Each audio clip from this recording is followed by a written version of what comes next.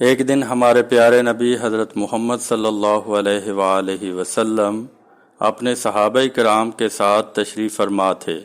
کہ اتنے میں حضرت ام ایمن رضی اللہ تعالی عنہا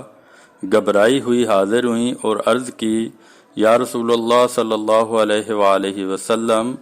آپ کی آنکھوں کی ٹھنڈک حسنین کریمین رضی اللہ تعالی عنہما لاپتہ ہو گئے ہیں۔ یہ غمناک خبر سنتے ہی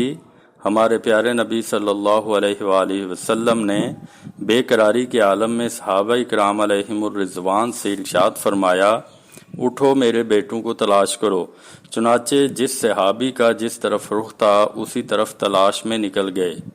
آپ صلی اللہ علیہ وآلہ وسلم بھی ایک طرف تشریف لے گئے۔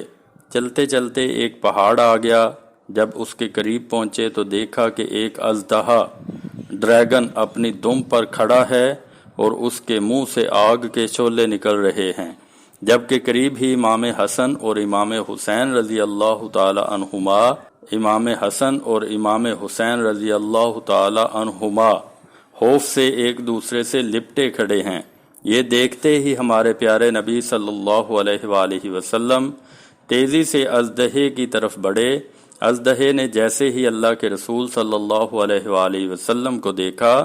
تو ڈر کے مارے ایک پتھر کے پیچھے چھپ گیا۔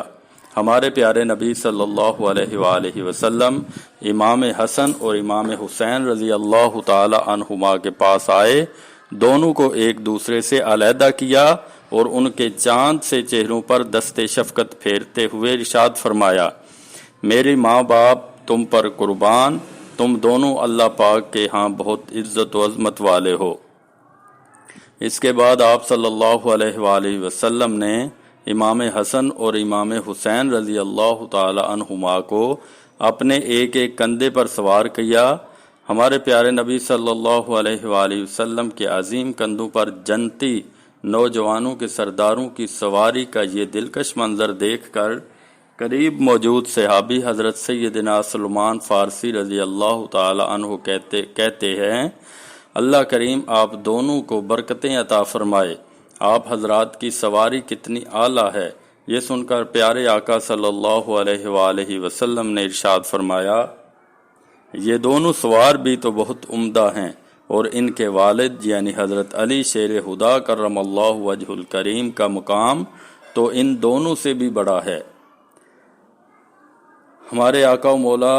حضور نبی کریم صلی اللہ علیہ وآلہ وسلم امام حسن اور امام حسین رضی اللہ تعالی عنہما سے بہت محبت کیا کرتے تھے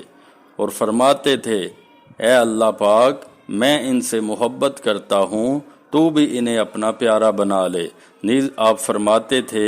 حسن و حسین دنیا میں میرے دو پھول ہیں، ہمیں چاہیے کہ حسنین کریمین رضی اللہ تعالی عنہما بلکہ سبھی اہل بیت اطہار اور تمام صحابہ کرام علیہم الرضوان سے دل و جان سے محبت کریں اور ان حضرات کے صدقے اپنے لیے روشن مستقبل کی دعا کیا کریں۔